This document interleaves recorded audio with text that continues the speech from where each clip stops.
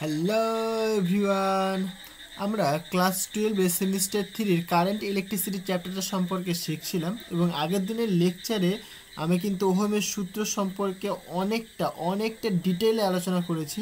সে ওহমের সূত্র কোথা থেকে ডিরাইভ হয়েছে, সেখানে রেজিস্ট্যান্স কী করে আসলো, ওহমের সূত্রের ভেক্টর ফর্ম কেমন হয়, মানে তার যে টোটাল যে ডেরিভেশন, সেই ডেরিভেশনটা কিন্তু আমরা আগের দিনের লেকচারে দেখেছিলাম। ঠিক আছে, এই যে আমরা বলি না ভি ইকুয়াল টু আইআর, বা আমরা স্টেটমেন্টটা বলে থাকি যে মানে উষ্ণতা ও অন্যান্য ভৌত অবস্থা যদি অপরিবর্তিত থাকে তাহলে কোনো পরিবাহীর মধ্য দিয়ে প্রবাহিত প্রবাহ মাত্রা, মানে যে কারেন্টটা, সেটা কি সেই পরিবাহীর দুই প্রান্তের বিভব প্রভেদের সাথে সমানুপাতিক হয়, যেটা আই প্রপোর্শনাল টু ভি হয়।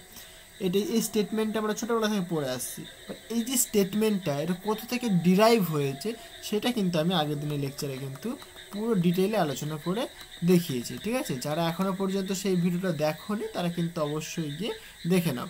আমি কারেন্ট ইলেকট্রিসিটি বা ইলেকট্রোস্ট্যাটিকের মানে আমরা কিন্তু একটা প্লেলিস্ট তৈরি করে দিয়েছি। সো কারেন্ট ইলেকট্রিসিটির আমি একটা প্লেলিস্ট তৈরি করে দেবো, সেখানে কিন্তু তোমরা সব কিছু পেয়ে যাবে। ঠিক আছে, ওকে। সো দেখো, এখানে আমি দুটো জিনিস বলবো, কি দুটো পয়েন্ট এখানে আমি ডিসকাস করব। ফার্স্ট পয়েন্ট কি, এই যে কারেন্টের ডিরেকশন, দেখবো আমি প্রথমে বলেছিলাম যেদিকে ইলেকট্রন ফ্লো করে ঠিক তার অপোজিট দিকে কারেন্ট ফ্লো করে, রাইট? বিকজ কারেন্টের ডেফিনেশনটা কী ছিল দেখো, কারেন্ট তুমি আই ইকুয়াল টু লিখছো d q by dt, right? D q, এই যে কিউটা কি চার্জ, এই কিউটা হচ্ছে তোমার পজিটিভ চার্জ। তার মানে পজিটিভ চার্জ যেদিকে ফ্লো করবে ঠিক সেই দিকটাই কারেন্টের ডিরেকশন হবে। এটা কি, suppose positive Q charge, right? তাহলে পজিটিভ চার্জটা এই দিক বরাবর মুভ করছে, এটা ভেলোসিটি, ইউনিফর্ম ভেলোসিটি ভি নিয়ে মুভ করছে। তাহলে আমাকে বলো কারেন্টটা কোন দিক যাবে? অবভিয়াসলি কারেন্টটা এই দিক বরাবর মুভ করবে তাহলে। ওকে, মানে পজিটিভ চার্জের ডিরেকশনটাই তোমার কারেন্টের ডিরেকশনকে রিপ্রেজেন্ট করে। কারণ এই যে ডেফিনেশন এখান থেকে তুমি ক্লিয়ারলি বুঝতেই পারছো, the rate of flow of charge is called current, তাই না? তাহলে এই পজিটিভ চার্জের যে ফ্লো সেটাকে আমরা কারেন্ট বলে থাকি। এবার আমি একটা মানে ফিজিক্যালি তোমাদেরকে বুঝিয়েছিলাম, ধরো ইলেকট্রন দিয়ে যদি বলি আমি, সাপোজ এখানে একটা ইলেকট্রন রয়েছে, e minus, electron is a negative charge particle, right? Suppose ইলেকট্রনটা এদিক থেকে মানে এইদিকে আসছে, এই মানে ধরো সাপোজ এ পয়েন্ট থেকে বি পয়েন্টে, এ থেকে বি এর দিকে আসছে। তাহলে আমাকে একটা কথা বলো, যখন এ পয়েন্টে ছিল তখন ইলেকট্রন ছিল, রাইট? এ পয়েন্ট থেকে যখন স্লাইডলি কিছুটা মুভ করলো মানে এইখানে আসলো, যেহেতু এদিক বরাবর আসছে মানে ভি ভেলোসিটি নিয়ে, তাহলে এইখানে কিন্তু একটা ইলেকট্রনের ভ্যাকেন্সি সৃষ্টি হলো। সেটাকে তুমি ভাবতে পারো এটা একটা পজিটিভ চার্জ, বুঝতে পারলে? তাহলে আবার এ যখন এইখানে আসবে তখন কি এইখানে একটা ভ্যাকেন্সি সৃষ্টি হবে এখানে যখন আসবে। তার মানে দেখো ইলেকট্রনটা এদিকে মুভ করছে, অ্যাজ ইফ মনে হচ্ছে মানে মানে পজিটিভ চার্জ পার্টিকেলটা এই দিক বরাবর মুভ করছে, বুঝতে পারলে? তার জন্য আমরা বলতাম যে কারেন্টের যে ডিরেকশন সেটা কি ইলেকট্রনের যে ডিরেকশন হয় তার অপোজিট হয়ে থাকে। এইটাই আমি এখানে তোমাকে দেখিয়ে দিচ্ছি মানে ম্যাথামেটিক্যালি। মানে এটা জাস্ট কিছুই না, যেখানে ইলেকট্রন রয়েছে সেটাকে আমরা মানে সাপোজ এখানে নেগেটিভ চার্জ রয়েছে, আর যেখানে ইলেকট্রন নেই সেটাকে আমরা পজিটিভ চার্জ হিসেবে ধরতে পারি। তাহলে ইলেকট্রন যদি এদিকে মুভ করে তাহলে আমরা কি বলতে পারি যে পজিটিভ চার্জটা কি এদিক করে মুভ করছে। কারণ কি ইলেকট্রন এখন একটা সময় তো ইলেকট্রন এখানে ছিল, দিয়ে এখানে চলে এসছে, তাহলে এখানে কি ইলেকট্রনের এখন ভ্যাকেন্সি সৃষ্টি হয়ে গেল। তাহলে যেন পজিটিভ চার্জ প্রথমে এখানে ছিল, মানে ফার্স্টে পজিটিভ চার্জ এখানে ছিল, আর ইলেকট্রনটা প্রথমে এখানে ছিল, আর পজিটিভ চার্জ প্রথমে এখানে ছিল। তাহলে ইলেকট্রন যদি এখান থেকে এখানে চলে আসে, এখান থেকে যদি এখানে চলে আসে, তাহলে কি হলো বাবা, এখানটা তাহলে ভ্যাকেন্সি সৃষ্টি হয়ে গেল, আর এখানে ইলেকট্রন ফিল হয়ে গেল। তাহলে ইলেকট্রন এখানে চলে আসলো, তাহলে পজিটিভ চার্জটা আমি বলতে পারি এখান থেকে এখানে চলে আসলো, বুঝতে পারলে? জাস্ট এটাই লজিক। এবার দেখো ম্যাথমেটিক্যালি বোঝো, আমরা কারেন্ট ডেন্সিটি আমরা বের করেছি, রাইট? কারেন্ট ডেন্সিটিকে আমরা জে দিয়ে রিপ্রেজেন্ট করি। সেই জের যে ভ্যালুটা হয়ে থাকে সেটা কী হয় বলো তো, এন ই ইন্টু ভি, যেখানে এন হচ্ছে তোমার number of electron per unit volume বা ইলেকট্রন বা চার্জ পার্টিকেল, ওকে? আর ই হচ্ছে তোমার ইলেকট্রনিক চার্জ, আর ভি হচ্ছে তোমার ড্রিফট ভেলোসিটি, ফাইন? এটা একটা তুমি ম্যাথমেটিক্যাল ফর্ম পেয়েছো।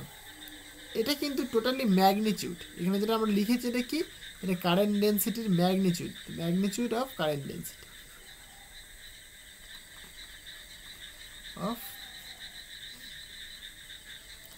Current density. যেহেতু ম্যাগনিটিউডের কথা বলছে তার জন্য এখানে ইলেকট্রনের যে চার্জটা সেটাকে তুমি পজিটিভ হিসেবে ধরে নিচ্ছ, কারণ ম্যাগনিটিউড নিয়েছি তাহলে নেগেটিভটা পজিটিভ হয়ে যাবে। আমি যদি ডিরেকশন দেখতে যাই, মানে ম্যাগনিটিউডটাকে তুলে দিলাম আমি, যেহেতু দেখো এখানে কারেন্ট ডেন্সিটি কিন্তু একটা ভেক্টর কোয়ান্টিটি এবং এখানে ভেলোসিটিও কিন্তু একটা ভেক্টর কোয়ান্টিটি, রাইট? এটা কিন্তু ভেক্টর, এটাও কিন্তু ভেক্টর। আর বাকি এন আর ই এটা স্কেলার কোয়ান্টিটি, এটা দুজনা স্কেলার কোয়ান্টিটি, এগুলো তুমি সবই জানো।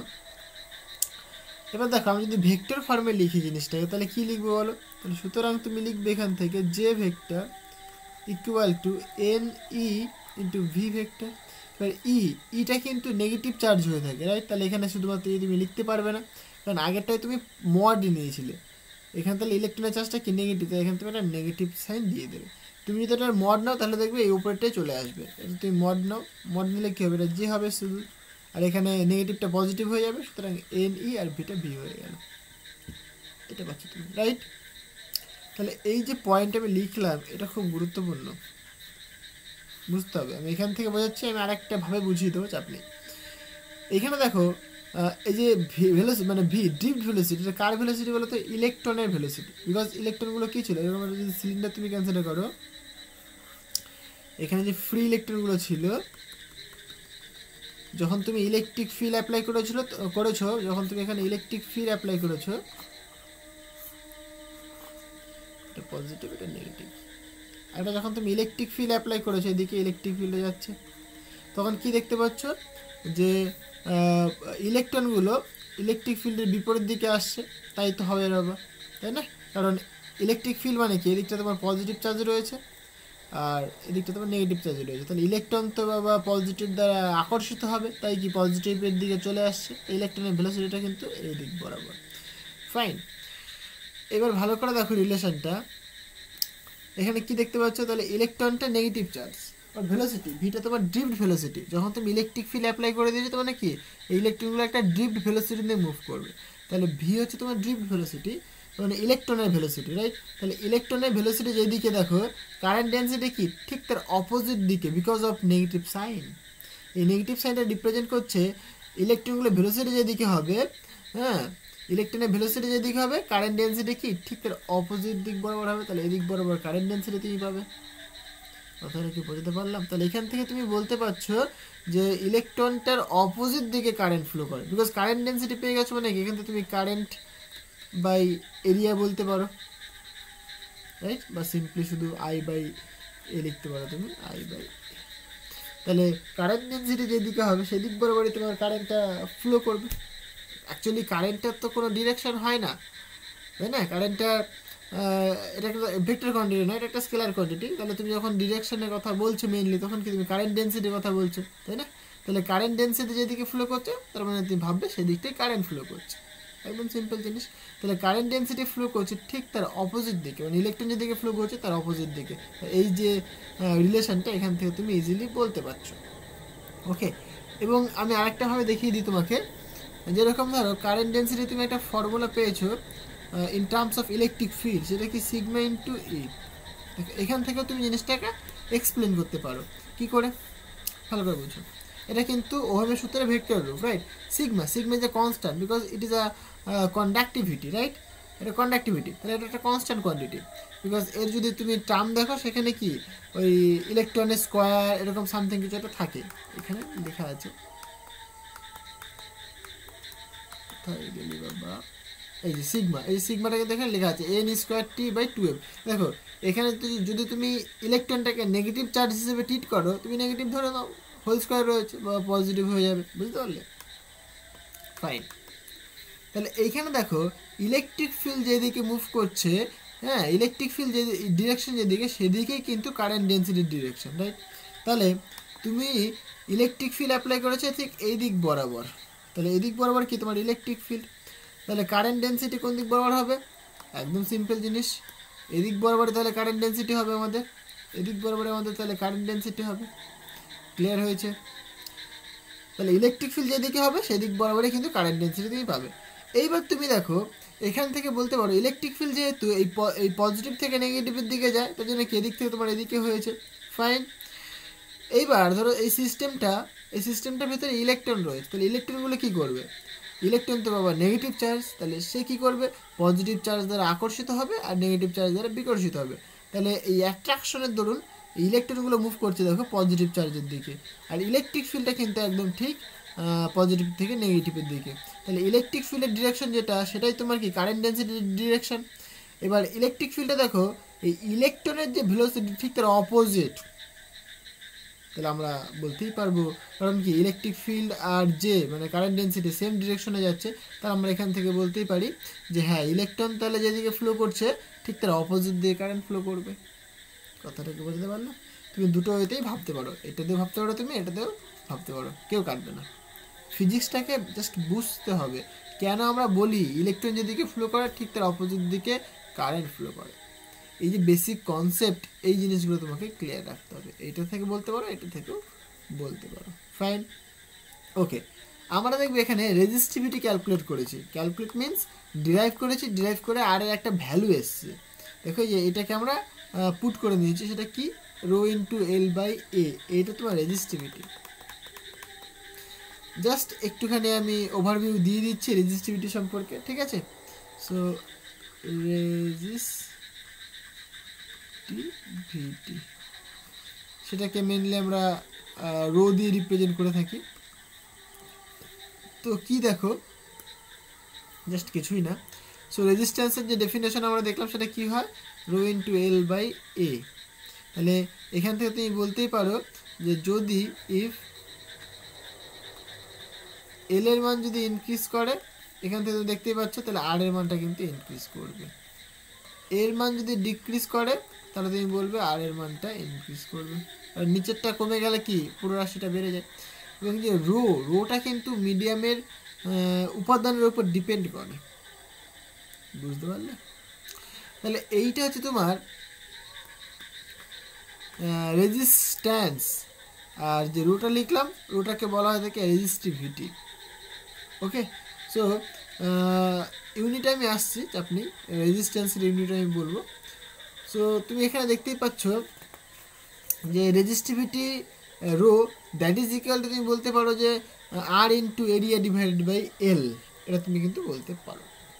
ওকে, আচ্ছা এখানে দেখো এবার একটু ইউনিট নিয়ে চর্চা করা যাক। কারণ প্রথমে রেজিস্ট্যান্সের আমরা ফর্ম পেয়েছিলাম, যে রেজিস্ট্যান্স আর পেয়েছিলাম। আমরা যদি আর এর ইউনিট দেখি, so unit of R, R unit কী হয় বলো? আর হচ্ছে তোমার রেজিস্ট্যান্স। তুমি বলবে যে V equal to I into R, ঠিক, কোনো ভুল নেই। তাহলে আর ইকুয়াল টু তুমি কী বলবে? ভি বাই আই বলবে, তাই তো? এবার যদি আমি ইউনিটের কথা যদি বলি, ইন এসআই সিস্টেম, ওকে, একটা সিজি সিস্টেম হয়, একটা এসআই সিস্টেম হয়। সো এসআই সিস্টেমে কী হবে ইউনিট দেখো, ভোল্ট, শুধু ক্যাপিটাল ভি লিখতে পারো, অথবা স্মল ভি ও এলটি এটা লিখতে পারো, অথবা ক্যাপিটাল ভি লিখে দাও, ডিভাইডেড বাই আই। আই হচ্ছে তোমার কি কারেন্ট, তাহলে কারেন্ট মানে তোমার অ্যাম্পিয়ার। তাহলে ভোল্ট পার অ্যাম্পিয়ার, এটাকে আমরা সিম্পল মানে ওয়েতে কি বলে থাকি? ওহম। বিজ্ঞানী ওহমের নাম অনুসারে ওহম বলা হয়ে থাকে। এর যে সিম্বলটা হয় সেটা কেমন সিম্বল হয় বলো? এইটা তোমার সিম্বল, এটাকে অন্য কালিতে দেখাই, বুঝতে পারলে কি বলছি আমি? এরকম, এই অক্টোপাসের মতো এরকম, ক্লিয়ার হয়েছে? তাহলে এটা আমাদের কি ওহম, এটাকে তুমি কি পড়বে? ওহম হিসেবেই পড়বে। ওকে, আচ্ছা এটা তোমার এসআই সিস্টেমে গেল। সিমিলারলি ইন সিজিএস সিস্টেম একই জিনিস, কারণ ভোল্ট পার অ্যাম্পিয়ারই হবে। ওকে, এখানে অ্যাম্পিয়ার জায়গায় তুমি লিখবে এরকম লিখবে, তুমি যদি CGS system stat volt by stat ampere, এটাকে তুমি বলতে পারো স্ট্যাট ওহম।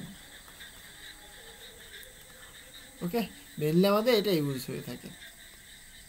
আচ্ছা এখান থেকে তুমি আচ্ছা এটা যে ইউনিটটা লিখলাম, এটা কি আর এর ইউনিট লিখলাম। আমি যদি রেজিস্টিভিটির ইউনিট দেখি, সো ইউনিট অফ রেজিস্টিভিটি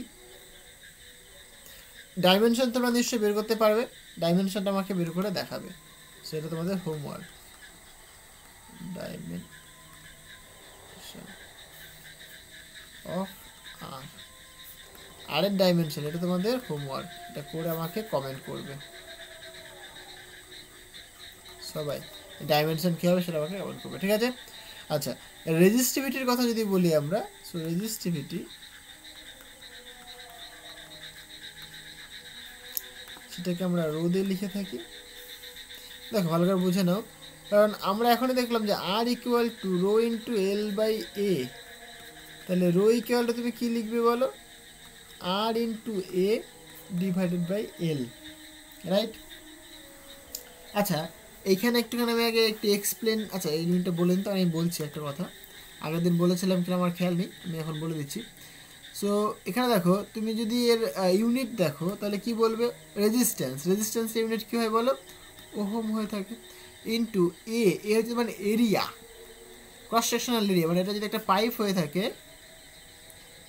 পাইপের যে ক্রস সেকশনাল এরিয়া, মানে এই যে ক্রস সেকশনাল এরিয়া, মানে এটাকে তুমি বলতে পারো এইভাবে, পাইপটা এখানে কেটে দাও, তাহলে একটা ক্রস সেকশন তৈরি হবে, এখানে একটা ক্রস সেকশন তৈরি হবে, এরকম একটা ক্রস সেকশন তৈরি হবে, ভেঙে গেল, তাহলে এই যে ক্রস সেকশন মানে জাস্ট এই যে ক্রস সেকশনটা, এই পার্টটুকু মানে এই এরিয়াটা, সার্কুলার যে ডিস্ক, এই এরিয়াটা, এটাকেই বলা হয়ে থাকে ক্রস সেকশনাল এরিয়া। ওকে, আচ্ছা তাহলে এরিয়া, তাহলে এরিয়া মানে কি বলো তুমি, metre square divided by metre length, তাহলে অ্যাকচুয়াল যে ফর্মটা চলে আসছে সেটা তোমার ওহম মিটার, ওহম মিটার, বুঝতে পারলে। তাহলে এইটা তোমার হচ্ছে গিয়ে রেজিস্টিভিটির ইউনিট, ওহম মিটার। অথবা আমরা যদি এটা তোমার এসআই সিস্টেমে বললাম, সিজে সিস্টেমে বললে কি বলবে তুমি, স্ট্যাট ওহম।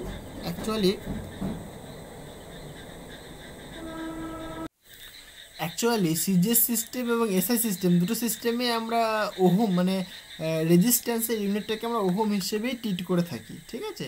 মানে এখানে যে স্ট্যাট ওহম লিখলাম, স্ট্যাট ওহম আর ওহম সেম জিনিস, মানে মেনলি ওহম হিসেবেই ট্রিট করা হয়ে থাকে মেনলি।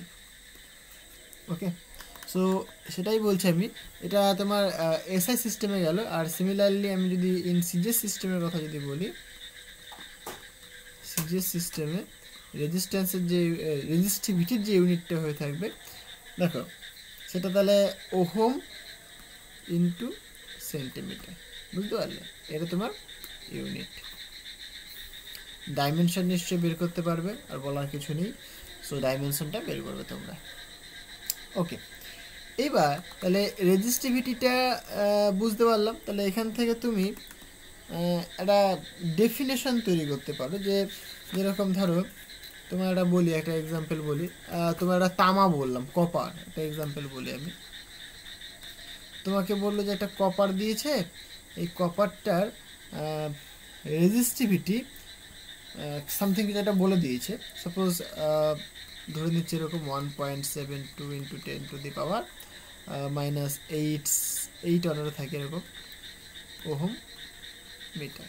ওকে, এই যে কথাটা লিখলাম যে একটা কপারের রেজিস্টিভিটি 1.72 ইন্টু 10⁻⁻8 ওহম মিটার, এই কথাটার তাৎপর্য কী, মানে এই কথাটা বলতে কি বোঝায়, বুঝতে পারলে।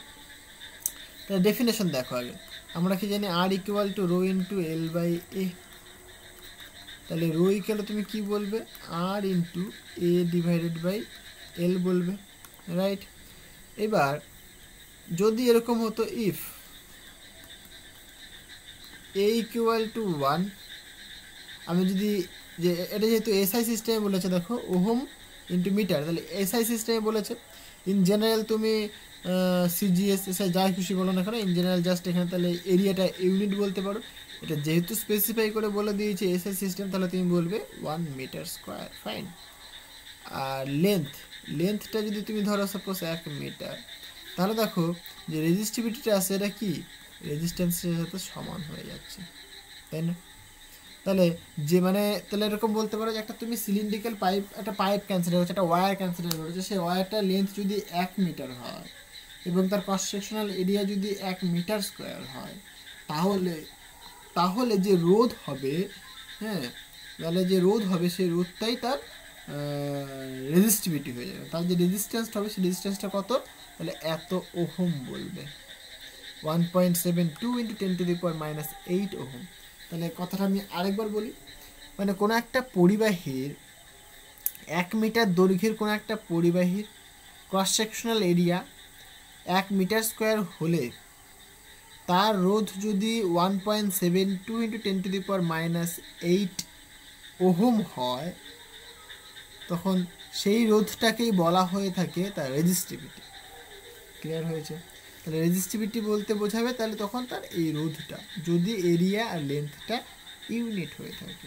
ওকে, আচ্ছা, এখানে ফিজিক্সটা একটু বলি। যেরকম আমরা লিখেছি যে R = ρ × L/A, রাইট?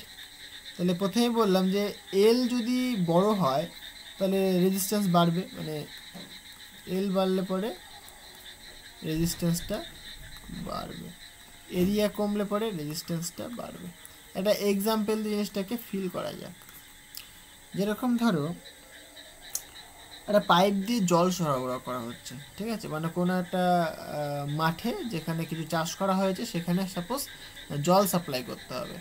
ওকে, সাপোজ নদীর থেকে পাইপ কানেক্ট করা হয়েছে, এদিকে জল সাপ্লাই করা হচ্ছে, এইভাবে জল সাপ্লাই করা হচ্ছে, এটা একটা পাইপ। এবার তুমি আমাকে একটা কথা বলো, পাইপের লেন্থ যদি তুমি বাড়িয়ে দাও তাহলে যে জলটা যাবে, ওয়াটার যাচ্ছে, জলটা যে যাবে সে বেশি বাধা পাবে। তাহলে লেন্থ যত তুমি বড় করবে তাহলে তার বাধা তত বেশি হবে, বাধা বেশি মানে রোধ বেশি, লেন্থ বড় হলে পরে রোধ বেশি হবে। বুঝতে পারলে? এটা আমি একটা জল আর পাইপের উদাহরণ দিয়ে বলছি। এখানে জলের জায়গায় তুমি ইমাজিন করবে ইলেকট্রন, চার্জ পার্টিকেল, ইলেকট্রন। তাহলে জল তত বেশি বাধা পাবে যত লেন্থের পরিমাণ বেশি বড় হবে, রাইট? এবার এরিয়ার কথা বলি আমি। সাপোজ এই পাইপটা যদি মোটা হতো, এরকম এরকম যদি মোটা হতো তাহলে কি হতো, জল কিন্তু ইজিলি বেরিয়ে যেত, কারণ মোটা, বাধা কম পাবে। মোটা হলে কি বাধা কম পাবে, তাহলে জল ইজিলি বেরিয়ে চলে যাবে। সুতরাং এরিয়া যদি তোমার বাড়ে তাহলে রেজিস্ট্যান্স তোমার কমবে। তাহলে এরিয়া বাড়লো, রেজিস্ট্যান্স কম হলো। এবার এই পাইপটাকে যদি আমি একটু সরু করে দিই, এরকম সরু যদি করে দিই তাহলে কি এরিয়াটা এখানে কম, তাহলে রেজিস্ট্যান্স কি বেশি হবে।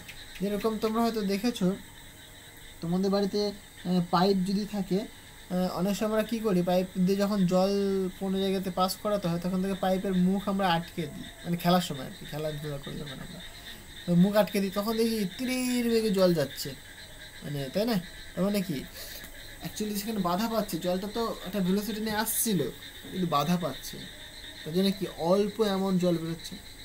এবার যদি তুমি এরিয়াটাকে বড় করো দাও তাহলে দেখবে গ্যাল গ্যাল গ্যাল গ্যাল করে জল পড়ছে। বুঝতে পারলে? এই হচ্ছে তার ফিজিক্যাল মিনিং, আর কিছুই না। এবার সবই তোমরা জানো, যেরকম ধরো কন্ডাক্ট্যান্স পড়লাম আমরা, কন্ডাক্ট্যান্স হলো তোমার কি রেজিস্ট্যান্সের অনন্যক।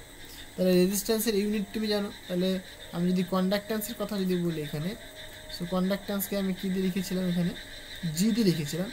সো জি = কী হবে, 1/r হবে। তাহলে রেজিস্ট্যান্সের অনন্যককে বলা হয়ে থাকে কন্ডাক্ট্যান্স। ফাইন।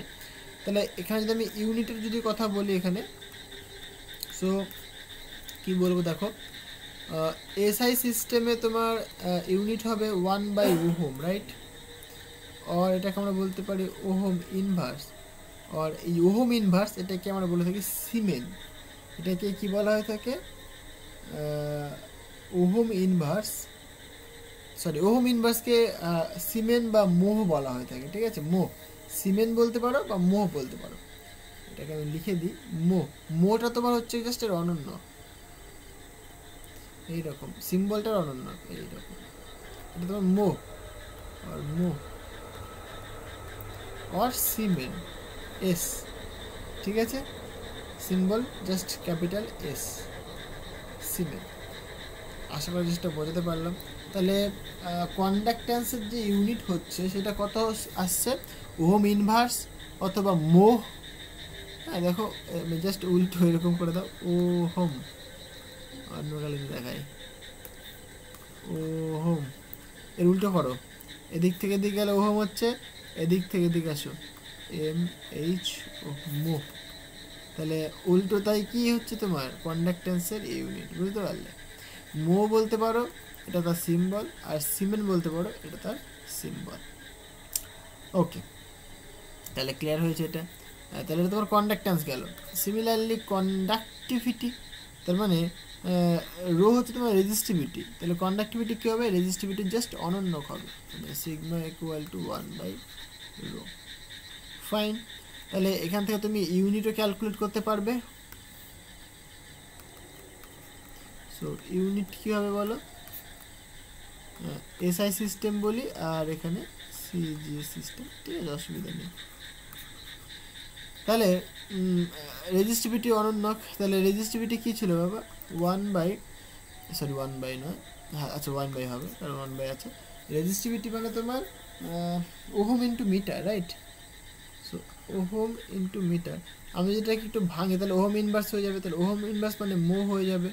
সো মো অথবা সিমেন বলতে পারো, into metre two the power -1, অথবা এটাকে তুমি বলো সিমেন মিটার টু দি পাওয়ার -1, বুঝতে পারলে? এবার এইটা হচ্ছে তোমার এসআই সিস্টেমের ইউনিট। সিমিলারলি সিজে সিস্টেমের যদি কথা বলি আমরা, সো 1/ওহম ইন্টু সেন্টিমিটার, আর ওহম ইনভার্সকে আমরা বলে থাকি mho into centimetre to the power -1। Clear হয়েছে? ডাইমেনশন তোমরা ইজিলি বের করতে পারবে, কিছুই নেই। ওকে, এবার দেখো খুবই একটা ইন্টারেস্টিং পয়েন্ট, সেটা কি? এই যে ওহমের সূত্র পড়ছি, এর একটা লিমিটেশন রয়েছে, limitation of Ohm's law.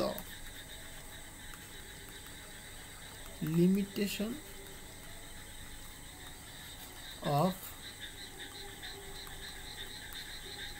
Ohm's law, লিমিটেশনটা কি? দেখো সব কিছুর একটা কোনো লিমিট থাকে, এখানেও কি ওহমের সূত্রে একটা লিমিটেশন রয়েছে। প্রথম কথা হচ্ছে যে ধরো যদি তুমি মেটেরিয়ালটা কন্ডাক্টর কনসিডার করো, দেখো কারণ আমরা ম্যাটারের 3টে প্রপার্টি আমরা দেখেছিলাম, এটা তোমার কন্ডাক্টর, সেমিকন্ডাক্টর, ইনসুলেটর, রাইট? তো যদি কন্ডাক্টর হয়, if material is a conductor, তাহলে কি হবে? যেরকম একটা এক্সাম্পল বলি আমি, কপার, অ্যালুমিনিয়াম, তোমার গোল্ড, ঠিক আছে, এগুলো সব কি? আয়রন, এফি লিখে দিই, এগুলো সবই কিন্তু কন্ডাক্টর। এই যে লিখে দিয়েছি এখানে আমি, এগুলো সবই হচ্ছে তোমার কন্ডাক্টর। তাহলে কন্ডাক্টর যদি হয় সেখানে, হ্যাঁ মানে সেখানে যদি তুমি ওহমের সূত্র দেখো, সেটা কি হবে? পাসিং থ্রু অরিজিন হবে, মানে এরকম হবে, জাস্ট সিম্পল।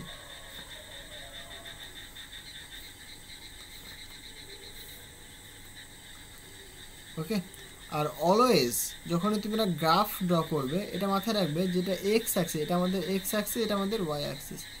এক্স অ্যাক্সিসে সবসময়, হ্যাঁ কি নেই বলো তো? যেরকম আমরা কী পেয়েছি, I is equal to G into V, right? I তোমার কারেন্ট, আর ভি তোমার ভোল্টেজ। এখানে কে হচ্ছে তোমার ডিপেন্ডেন্ট, কে ইনডিপেন্ডেন্ট বলো? কারণ দেখো কারেন্টটা কিন্তু তোমার ডিপেন্ডেন্ট কার উপরে? ভোল্টেজের উপরে। তাহলে ভোল্টেজটা এখানে কি তোমার? ইন্ডিপেন্ডেন্ট। যে ইন্ডিপেন্ডেন্ট হবে সেটাকে তুমি অলওয়েজ ওয়াই অ্যাক্সিসে পুট করবে, তাহলে এই দিকটা তোমার কী হবে? ভি হবে। কথাটা বুঝতে পারলে? এখানে তোমার ভিটা ইনডিপেন্ডেন্ট, কারণ ভি এর ভ্যালুর উপরেই ডিপেন্ড করবে আইটা। সো আই এখানে ডিপেন্ডেন্ট।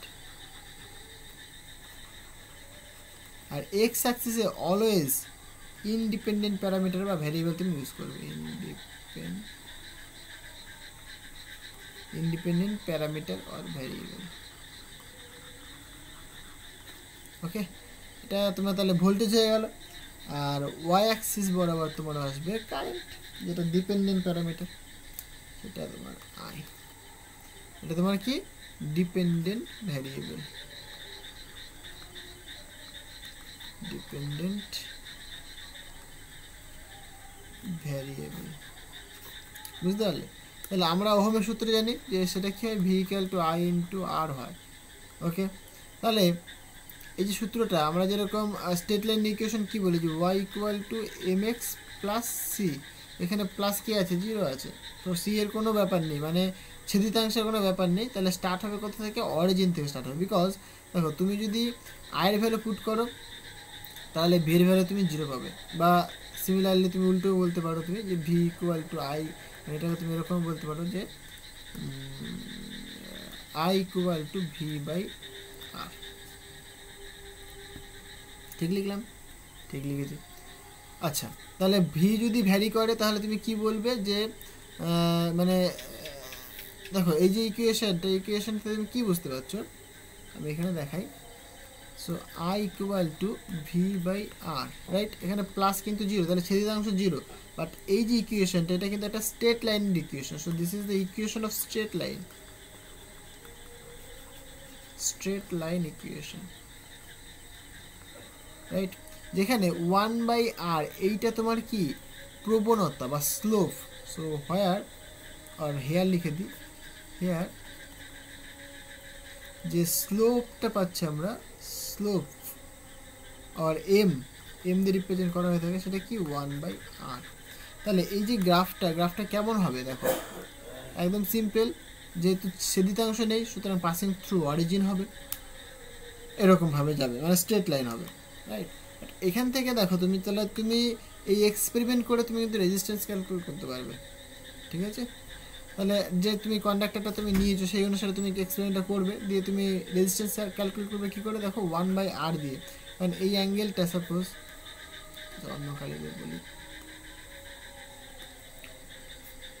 এই অ্যাঙ্গেলটা সাপোজ তুমি থিটা বললে, তাহলে এটা তোমার ডেল্টা আই হয়ে গেল, এটা তোমার ডেল্টা ভি হয়ে গেল। তাহলে স্লোপ মানে কি, লম্ব বাই ভূমি হয়ে থাকে, সুতরাং ডিআই বাই ডিভি, রাইট? তাহলে ডিআই বাই ডিভি করলে পরে দেখো, হ্যাঁ, ডিআই বাই ডিভি করলে কী পাবে তুমি, 1/r পাবে। ওকে, তাহলে এইটা তোমার কিন্তু স্লোপ হয়ে দাঁড়ালো। তাহলে আশা করি জিনিসটা বোঝাতে পারলাম। সো 1/r তোমার স্লোপ, তাহলে এই গ্রাফ থেকে তুমি রেজিস্ট্যান্সটা ক্যালকুলেট করতে পারবে। তাহলে এগুলো সবই গেল কি, কন্ডাক্টরের জন্য এরকম বিহেভ করে। কিন্তু যদি নন কন্ডাক্টর হতো, if the material is non conductor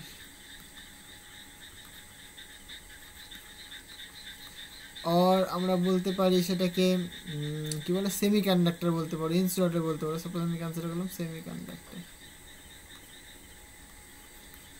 semi conductor একটা আলাদা ফিজিক্স আমরা পড়বো, চাপ নেই, এখন নয়, মানে পরে পড়বো আমরা। সেমি কন্ডাক্টর বোধহয় ফোর্থ সেমিস্টার আছে। ওকে, যদি সেমি কন্ডাক্টর হয়, যেরকম সেমি কন্ডাক্টর এক্সাম্পল বলি, জার্মেনিয়াম, সিলিকন, এরা কি, এগুলো সবই সেমি কন্ডাক্টর। ওকে, আচ্ছা, এবার দেখো সেমিকন্ডাক্টরের ক্ষেত্রে কিন্তু যে ভি ভার্সেস যে আই গ্রাফ, সেটা কিন্তু সেম মানে হয় না। এদিকটা তোমার আই, এদিকটা তোমার ভি। মানে তুমি যদি সেমিকন্ডাক্টরের কথা বলো, সেমিকন্ডাক্টরে কিন্তু কন্ডাক্টর নয়, সেটা মেনলি লাই করে কন্ডাক্টর আর যে ইনসুলেটর তাদের মাঝখানে, ঠিক আছে? সো এখানে আমরা কারেন্ট ভোল্টেজের রিলেশন পাই, আমি এখানে আর বলছি না। সেটা যদি দেখো তুমি, সেটা কিন্তু আর এরকম হবে না, স্ট্রেট লাইন হবে না, এরকম গিয়ে এরকম হবে আর কি। এটা অ্যাপ্রক্সিমেট এরকম পাবে তুমি, বুঝতে পারলে? তাহলে যারা মেনলি ওহমের সূত্র মেনে চলে, যারা ওহমের সূত্র সঠিকভাবে মেনে চলে, তাদেরকে বলা হচ্ছে ওহমীয় পরিবাহী আর ওহমিক কন্ডাক্টর। আর যারা ওহমের সূত্র সঠিকভাবে মেনে চলে না, তাদেরকে বলা হচ্ছে নন ওহমিক কন্ডাক্টর। বুঝতে পারলে? তাহলে এখানে ছবি দিয়ে সব কিছু দেখিয়ে দিলাম। তাহলে তোমাকে যদি জিজ্ঞাসা করে যে একটা ওহমিক কন্ডাক্টরের এক্সাম্পল দাও, তখন তুমি কি বলবে? এটা যদি তোমাকে বলে যে, তাহলে এক্সাম্পলগুলো বলে দেবে, জাস্ট আর কিছুই না, কপার, অ্যালুমিনিয়াম, গোল্ড, লোহা, এগুলো বলে দেবে, বুঝতে পারলে? আর যদি বলে নন ওহমিক অথবা সেমিকন্ডাক্টর কথা যদি বলে, তাহলে জার্মেনিয়াম, সিলিকন, এরা। ওকে, ভালো করে বুঝতে হবে। হ্যাঁ, মানে যারা ওহমের সূত্র মেনে চলে তাদেরকে বলা হচ্ছে তোমার ওহমীয় পরিবাহী, আর যারা ওহমের সূত্র মেনে চলে না তাদেরকে বলা হচ্ছে অওহমীয় পরিবাহী। ওকে, এখান থেকে খুব একটা ইম্পর্টেন্ট ডেফিনেশন, সেটা কি, এই যে রেজিস্ট্যান্সটার ওপর কিন্তু একটা তাপের টেম্পারেচারের কিন্তু একটা প্রভাব রয়েছে। টেম্পারেচারের প্রভাবটা কেমন সেটা আমরা বলতে চাইছি, ঠিক আছে। সাধারণত এরকম হয়ে থাকে, বা আমি জাস্ট একটা লিখি এরকম, ইফেক্ট অফ টেম্পারেচার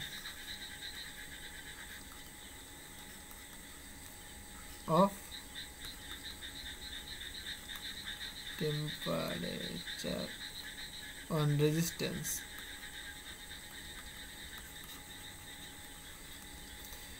ওকে, তাহলে রেজিস্ট্যান্সের উপরে টেম্পারেচারের প্রভাবটা কেমন সেটা আমরা দেখতে চাইছি। আমরা সাধারণত একটা রিলেশন এরকমভাবে তৈরি করেই থাকি যে আর 1 ডিগ্রি টেম্পারেচার ইনক্রিজ করলে পরে যে রোধের চেঞ্জ হয়, সেটা কি হয়, R1 মানে সেটা equal to R0 1 plus alpha T plus beta square, beta square কেন হবে, এটা তো বিটা টি স্কোয়ার প্লাস 1 এইভাবে চলছে, বুঝতে পারলে। এবার দেখো আমি হায়ার টার্মগুলোকে আমি নেগলেক্ট করে দেবো, বিকজ কি, এই যে মানে এমনিতেই ছোট, ঠিক আছে, তাই জন্য এগুলোকে আমরা নেগলেক্ট করে দিতে পারি আমরা। তাহলে সুতরাং আমরা শুধু বলতেই পারি যে R1 ইকুয়াল টু, এটা রো নয়, R0 1 প্লাস আলফা ইন্টু টি। এখান থেকে তুমি আলফার ডেফিনেশন তৈরি করতে পারো। So R1 equal to R0 plus R0 alpha into T. এই যে R0 লিখলাম, এটাকে বাদিকে লিখতে পারি আমরা, তাহলে R1 minus R0 equal two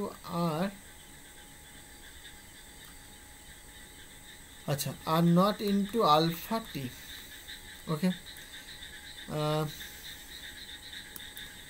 এইখান থেকে তুমি কি করতে পারো, যে আলফার ডেফিনেশন মানে আলফা ইকুয়াল তুমি বলতে পারো যে R1 minus R0 divided by R0 into টি।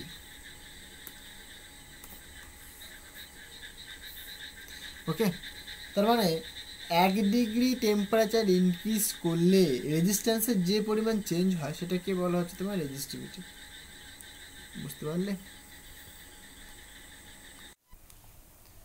এইখানে যে আমরা আলফাটা পেলাম, এই আলফাটাকে বলা হয়ে থাকে থার্মাল কোএফিসিয়েন্ট অফ রেজিস্ট্যান্স। এটার ডেফিনেশন কি অ্যাকচুয়ালি দেখো, আমরা এটাকে যদি বলি, সো হেয়ার আলফা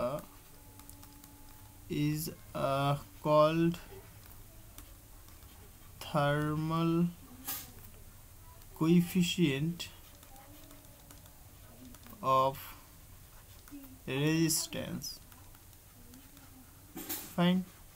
অ্যাকচুয়ালি দেখো এখান থেকে তুমি ডেফিনেশনটা তৈরি করতে পারো, মানে সাপোজ কোনো একটা তুমি রেজিস্ট্যান্স তুমি নিয়েছো, তার টেম্পারেচার 1 ডিগ্রি তুমি ইনক্রিজ করছো, ঠিক আছে, 0 ডিগ্রি সেন্টিগ্রেড উষ্ণতায় সাপোজ তার রেজিস্ট্যান্স ছিল R0, মানে আমি যদি জিনিসটা দেখি এরকম 0 ডিগ্রি সেন্টিগ্রেড উষ্ণতায় তার রেজিস্ট্যান্স ছিল R0, রাইট। এইবার টেম্পারেচারটা তুমি 1 ডিগ্রি ইনক্রিজ করলে, 1 ডিগ্রি ইনক্রিজ করার দরুন এই 0 ডিগ্রি সেন্টিগ্রেড উষ্ণতার যে রেজিস্ট্যান্স ছিল তার কি পরিমাণ পরিবর্তন হলো, মানে কি পরিমাণ বৃদ্ধি হলো রেজিস্ট্যান্সের, সেটাকেই বলা হয়ে থাকে তার থার্মাল কোএফিসিয়েন্ট অফ রেজিস্ট্যান্স, ঠিক আছে।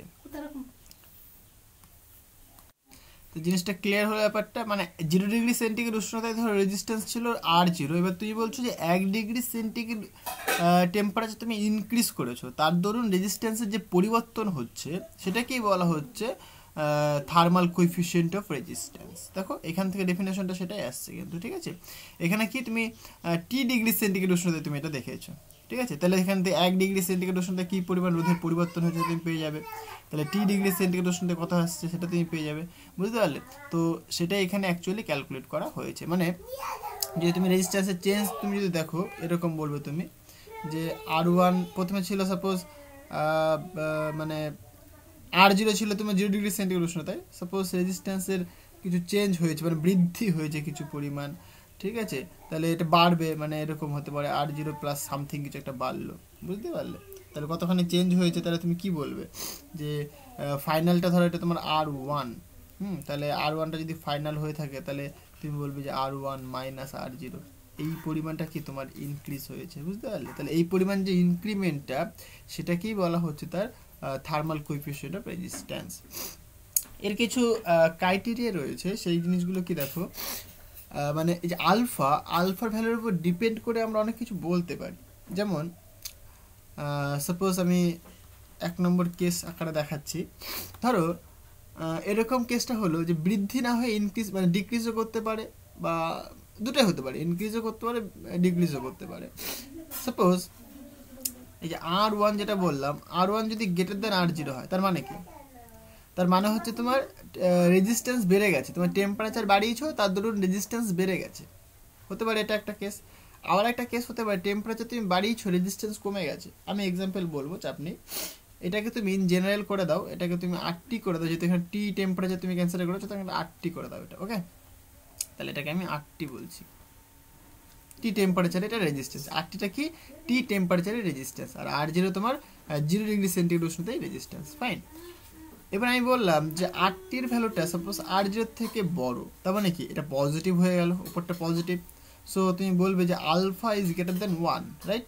তাহলে আলফাটা পজিটিভ হয়ে গেল। তাহলে আলফা যদি পজিটিভ হয় মানে alpha is greater than 1, or we can say alpha is positive, okay? তাহলে আলফা যদি পজিটিভ হয় তার মানে কি টেম্পারেচার তুমি বাড়িয়েছো, তার ধরুন রেজিস্ট্যান্স তোমার কি বেড়েছে, তার মানে আলফাটা পজিটিভ মিনস এটাই বোঝাচ্ছে তোমার টেম্পারেচার ইনক্রিজের দরুন রেজিস্ট্যান্সটা বেড়েছে, বুঝতে পারলে? এটা কি রিপ্রেজেন্ট করে দেখো, তার মানে তুমি টেম্পারেচার বাড়াবে, রোধ বাড়বে। তাহলে একটা এক্সাম্পল বলতে পারি আমরা, সেটা কি? এটা কন্ডাক্টর। এটা অ্যাকচুয়ালি হয় কন্ডাক্টরের ক্ষেত্রে, ওকে? এটা কন্ডাক্টরের ক্ষেত্রে হয়। কন্ডাক্টরের ক্ষেত্রে টেম্পারেচার বাড়লে রেজিস্ট্যান্স বাড়ে, কেন বাড়ে সেটা আমি বলছি। আর সেকেন্ড যেটা হতে পারে যে 8Tর ভ্যালুটা ইজ লেস দেন R0, যদি এটা হয় মানে টি টেম্পারেচার রেজিস্ট্যান্স সেটা যদি 0 ডিগ্রি সেন্টিগ্রেড থেকে যদি কম হয়, তার মানে কি আলফা ইজ লেস দেন 0 হবে, লেস দেন 0 করে দিই, বিকজ পজিটিভ আর নেগেটিভের কথা বলছি এখানটায়, রাইট? সেটা 0 হবে, আর এটা তোমার 0 হবে।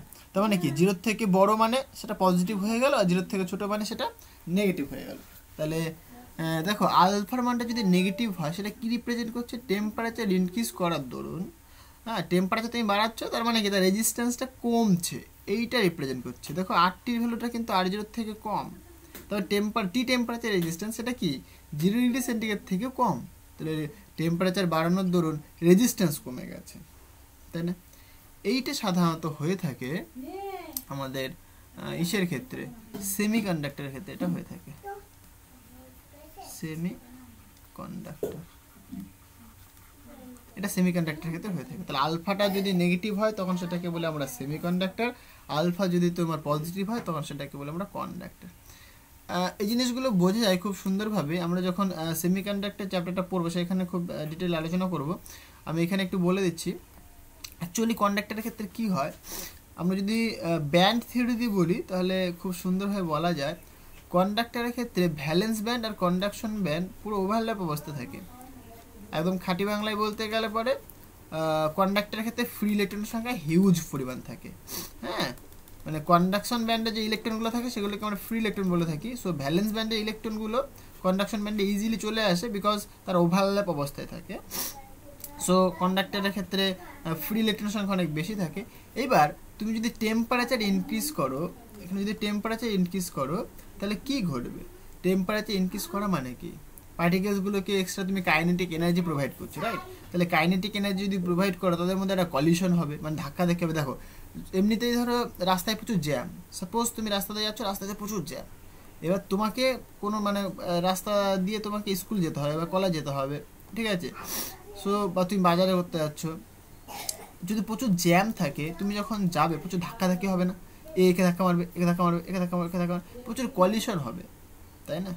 তার মানে কি তুমি কিন্তু খুব সহজেই কিন্তু তোমার গন্তব্যস্থলে পৌঁছতে পারবে না, বিকজ প্রচুর কলিশন হবে এখানটা। এখানে আমরা একটা টার্ম ইউজ করি মিন free path.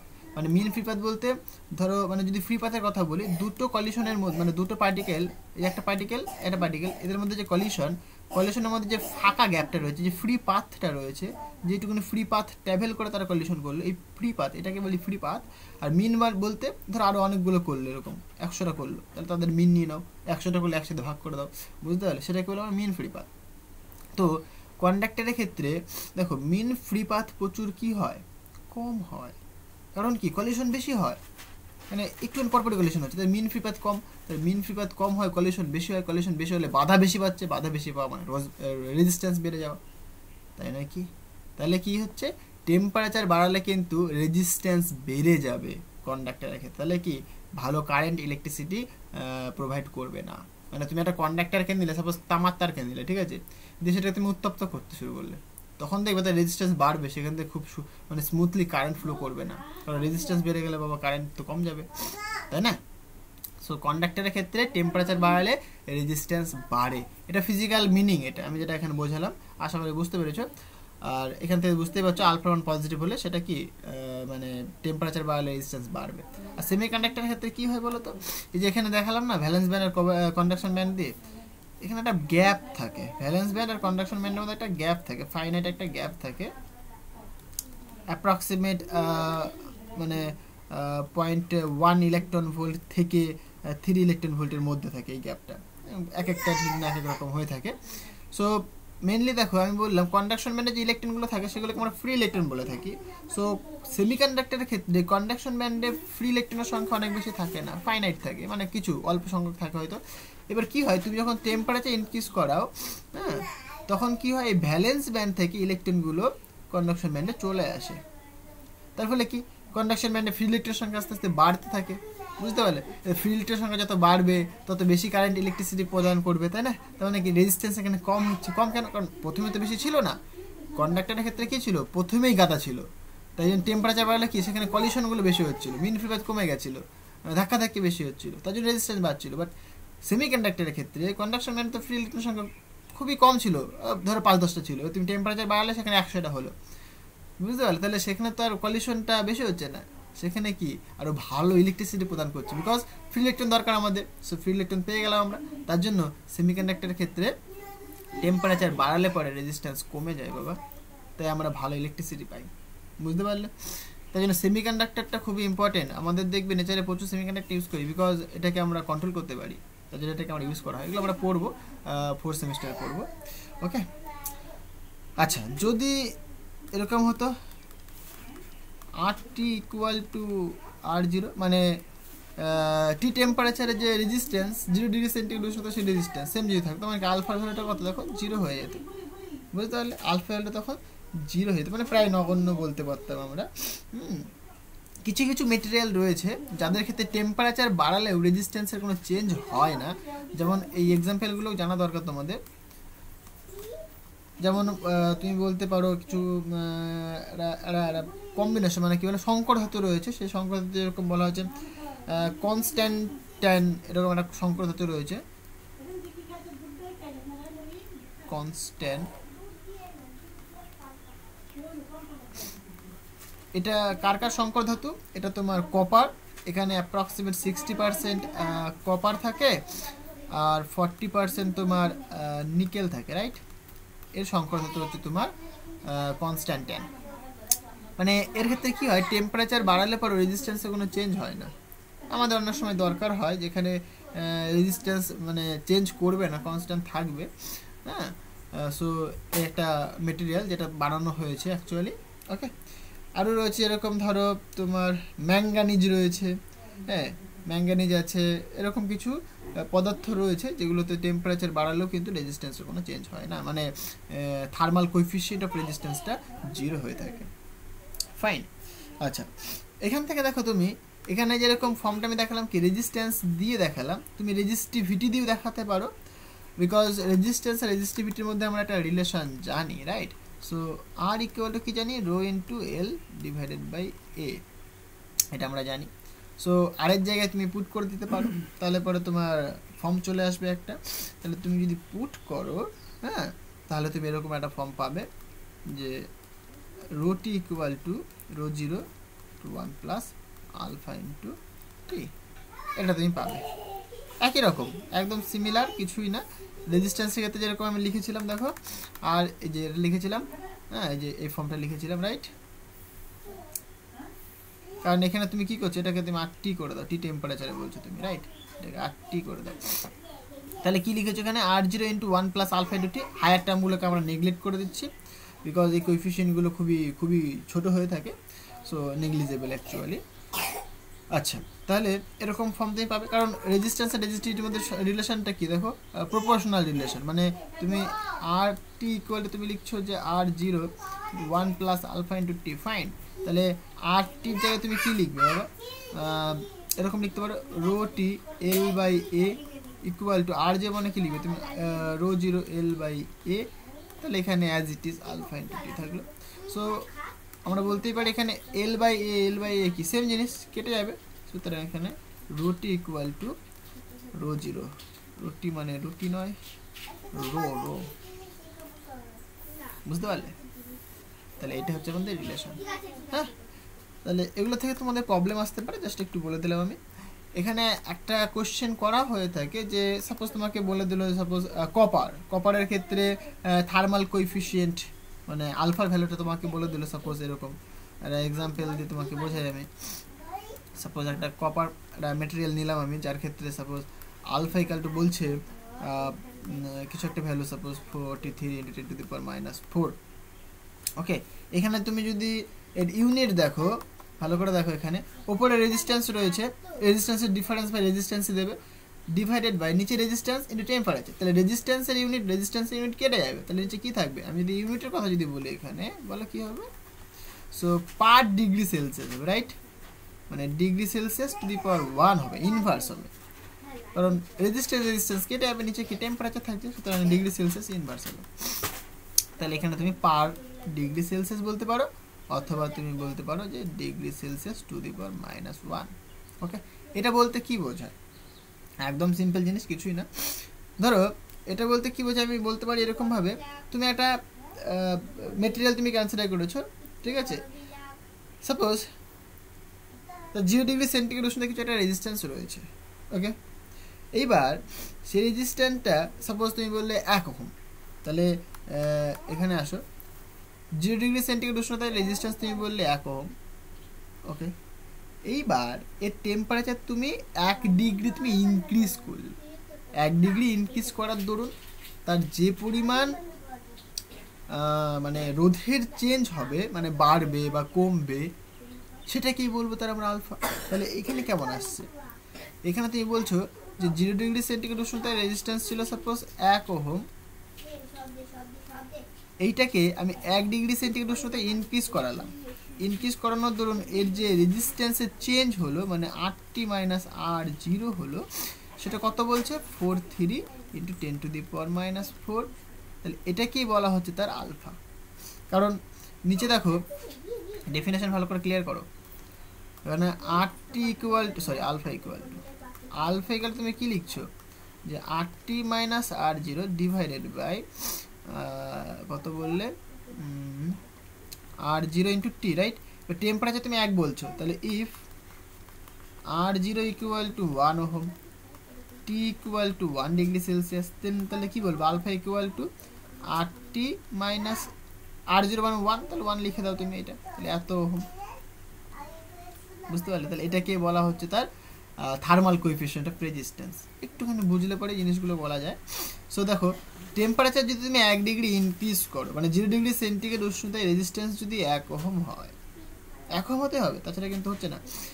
0 degree centigrade উষ্ণতায় resistance যদি 1 ওহম হয় এবং 1 ডিগ্রি টেম্পারেচার ইনক্রিজ করার দরুন তার রোধের যে পরিবর্তন, সেটা যদি এখানে কত বলেছে, এটা এই রোধের পরিবর্তনটাই তোমাকে এখানে বলে দিয়েছে কত, এই 43 × 10⁻⁴। তাহলে এত ওহম হয়, সেটাকেই বলা হয়ে থাকে তার thermal coefficient of resistance. Clear হয়েছে? একদম সোজা, কিছুই নেই। আচ্ছা, এখান থেকে আমি একটা ইম্পর্টেন্ট জিনিস বলি, সেটা হচ্ছে তোমার কি, থার্মোস্ট্যাট। হ্যাঁ, থার্মিস্ট্যাট বলা হয়ে থাকে। সো থার্মিস্ট্যাটটা কি, সেটা একটু ইম্পর্টেন্ট। থার্মিস্ট্যাট, সরি স্পেলিংটা ভুল লিখলাম, থার্মিস্টার। এটা থার্মিস্টারটা কি? কিছুই না, একদম সিম্পল জিনিস। ধরো আমরা কি দেখলাম, অর্ধ পরিবাহীর ক্ষেত্রে যে তাপীয় গুণাঙ্কের মান মানে আলফাটা কিন্তু তোমার নেগেটিভ হয়ে থাকে, রাইট? আলফাটা তোমার নেগেটিভ হয়ে থাকে। এবার এমন কিছু মানে অর্ধ পরিবাহী রয়েছে যাদের আলফার ভ্যালুটা নেগেটিভ নয় বরং পজিটিভ, মানে বেশি হয়ে থাকে। তাপীয় গুণাঙ্কের মান যদি বেশি হয়, হ্যাঁ, মানে এই যে ধর্মটা যেটা বললাম, কিছু অর্ধ পরিবাহী যাদের আলফার ভ্যালুটা পজিটিভ মানে বেশি হয়, সো তাদেরকে এই ধর্ম কাজে লাগিয়ে তাদের থার্মোমিটার মানে তৈরি করা হয়ে থাকে। মানে মেনলি যেটা বলতে চাইছি আমরা, এমন কিছু অর্ধ পরিবাহী তুমি কনসিডার করলে যাদের টেম্পারেচার বাড়ানোর দরুন রোদ ডিক্রিজ না করে ইনক্রিজ করা শুরু করলো, হ্যাঁ, সেই সব মেটেরিয়ালকে কাজে লাগিয়ে আমরা থার্মোমিটার তৈরি করে থাকি, ঠিক আছে? সো তাদের সাহায্যে সামান্য পরিমাণ মানে আমরা পরিবর্তন মানে টেম্পারেচারের সামান্য পরিমাণ পরিবর্তন আমরা কিন্তু অবজার্ভ মানে বা মেজার করতে পারি, আমরা বুঝতে পারি। সো এখানে আমরা যেটা বলতে চাইছি, একটা আমি সেমিকন্ডাক্টর ক্যান্সেল করলাম যার আলফার ভ্যালুটা সাপোজ গ্রেটার দ্যান 0, ঠিক আছে? সো তাদের এই ধর্মটাকে কাজে লাগে, মানে কি আলফা ভ্যালু 0 মানে কি তুমি টেম্পারেচার বাড়ালে পরে রেজিস্ট্যান্স বাড়বে, তাহলে তুমি রেজিস্ট্যান্সের চেঞ্জ দেখে তুমি টেম্পারেচার মেজার করতে পারো। তুমি কথাটা বোঝাতে পারলাম? মানে আমরা এখান থেকে দেখো খুবই সূক্ষ্ম পরিমাণ টেম্পারেচার মেজার করতে পারবো। সো তার জন্য আমরা এই যে থার্মোমিটার তৈরি করি, এই যে টেকনিকটা বলছি আমি, টেকনিকটা কাজে লাগিয়ে, বুঝতে পারলে? সো এই থার্মোমিটারটাকে বলা হয়ে থাকে থার্মিস্টার, ঠিক আছে? এই থার্মোমিটারটাকে বলা হয়ে থাকে থার্মিস্টার। জাস্ট কিছুই না, একটা সেমিকন্ডাক্টর যাদের আলফা ভ্যালুটা পজিটিভ মানে টেম্পারেচার বাড়ালে রেজিস্ট্যান্সের মানটা বাড়বে, এই ধর্মটাকে কাজে লাগিয়ে আমরা কি একটা থার্মোমিটার তৈরি করি, যেটা সাহায্যে আমরা থার্মোমিটার মানে কথা থেকে বুঝতে পারছো, থার্মো মানে টেম্পারেচার, মিটার মানে মেজারমেন্টের ইউনিট, রাইট? সো থার্মোমিটার মানে টেম্পারেচার মেজার করবে। সো এই ধর্মটাকে কাজে লাগিয়ে আমরা টেম্পারেচার সূক্ষ্ম টেম্পারেচার আমরা মেজার করতে পারি। তাই এই ধর্মটাকে কাজে লাগিয়ে আমরা যে জিনিসটা তৈরি করি, যে থার্মোমিটার তৈরি করি, সেটাকে আমরা সাধারণত বলে থাকি থার্মিস্টার। ক্লিয়ার হয়েছে? কিছুই না, একদম সিম্পল জিনিস। এটা সাহায্যে মিনিমাম তোমার অনেক কম টেম্পারেচার মেজার করা যেতে পারে, যেরকম 0.0005 ডিগ্রি সেলসিয়াস, খুবই সূক্ষ্ম টেম্পারেচার কিন্তু আমরা মেজার করতে পারি। ওকে, এইবার আমরা যেটা দেখবো রেজিস্ট্যান্সের যে কম্বিনেশন, সেগুলো দেখবো, যেগুলো তোমরা মাধ্যমিকে অলরেডি পড়েছো। So combination of resistance,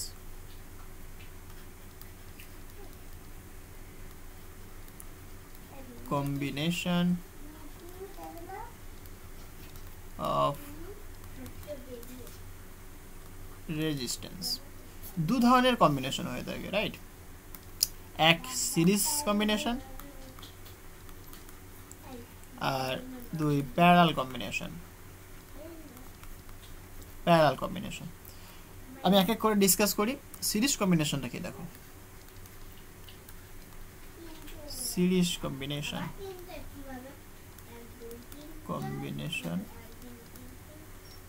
of resistance, ভালো করে বুঝতে হবে, ডেফিনেশনগুলো ক্লিয়ার রাখতে হবে। সিরিজ কম্বিনেশন দেখতে কেমন হয়, তার ডেফিনেশন কি, হ্যাঁ, মিনিংটা কি, সেগুলো বুঝতে হবে। দেখো সিরিজ কথার অর্থ হচ্ছে তোমার কি পরপর থাকবে। আমি ছবি এঁকে দেখাই। ধরো রেজিস্ট্যান্স, আচ্ছা রেজিস্ট্যান্সের সিম্বলটা একটু বলে নিই আগে, কারণ রেজিস্ট্যান্স নিয়ে এখন কথা বলবো আমরা। সো রেজিস্ট্যান্সের যে সিম্বলটা হয়ে থাকে, সো সিম্বল অফ রেজিস্ট্যান্স এখানে আমি দেখিয়ে দিই, যেটা খুব ইম্পর্টেন্ট। সিম্বল অফ রেজিস্ট্যান্স সেটা কেমন দেখতে হয়, এইরকম দেখতে হয়। রেজিস্ট্যান্স মানে দেখো বাধা, রাইট? বাংলায় এটাকে আমরা বাধা বলতে পারি। আমি একটা রাস্তা কি করে স্মুথ বলি, এরকম থাকলে একটা স্মুথ রাস্তা বলি। আমি যদি রাস্তাটা যদি একটু এখানে কাটাকুটি ফেলে দিই, মানে ধর পাথর ফেলে দিলাম, তাহলে সেটা বাধা সৃষ্টি করে দিল। সো রেজিস্ট্যান্সের সিম্বলটা ঠিক এরকম হয়ে গেল। এইভাবে রেজিস্ট্যান্সের সিম্বলটা মেনলি ডিসকভার করা হয়েছিল। এইটা তোমার রেজিস্ট্যান্সের একটা symbol, fine. This is the resistance, suppose R বলতে পারো, স্মল আর বলতে পারো, যা খুশি। সো এটা আমাদের রেজিস্ট্যান্স।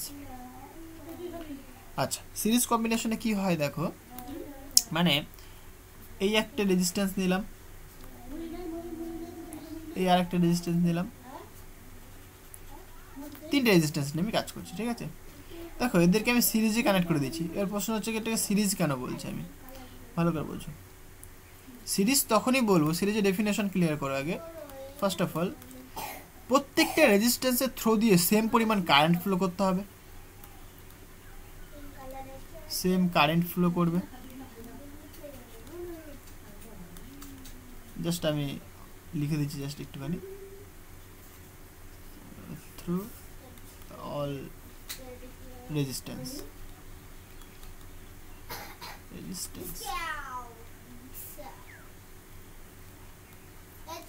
এখানে এরকম করে দিই। আচ্ছা এটা করে দিলে বেশি ভালো হবে। Same current flows through the all resistance, এটা একটা মেন ক্রাইটেরিয়া, মানে প্রত্যেকটা রেজিস্ট্যান্সের থ্রু দিয়ে একই পরিমাণ কারেন্ট ফ্লো করবে। সাপোজ আমি তোমাকে বোঝাই, এখানে আমি একটা ব্যাটারি কানেক্ট করালাম, রাইট?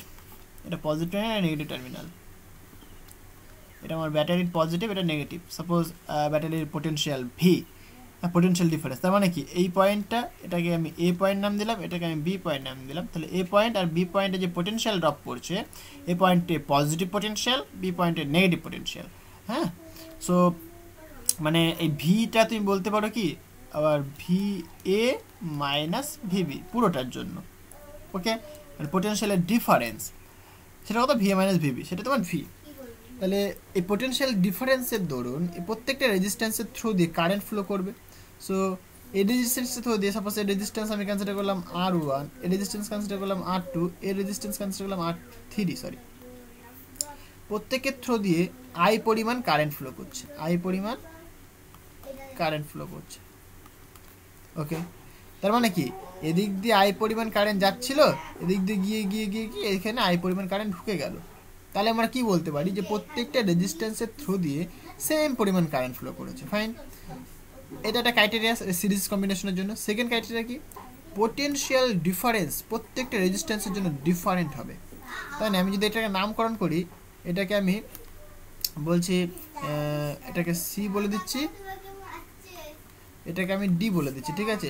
তাহলে এ রেজিস্ট্যান্সে অ্যাক্রসে যে ভোল্টেজ ড্রপ পড়ে সেটা কি ভিএ আর ভিসি হবে, এটা আর ভিসি আর ভিডি ডিফারেন্ট, বুঝতে পারলে? সো পোটেনশিয়াল ডিফারেন্সটা কিন্তু ডিফারেন্ট হবে। তাহলে potential difference will be different, বুঝতে পারলে? তাহলে ক্লিয়ার হয়েছে?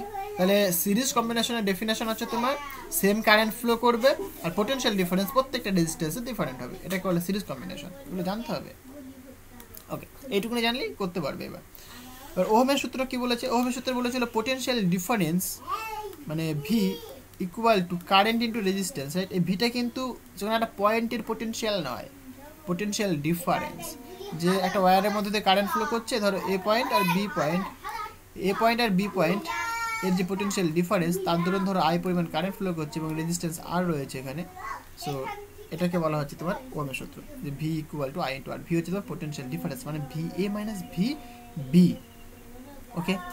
আচ্ছা, তাহলে এইটুকুনি যদি তুমি বুঝতে পারো তাহলে তুমি প্রবলেমটা ইজিলি করতে পারবে। তাহলে দেখো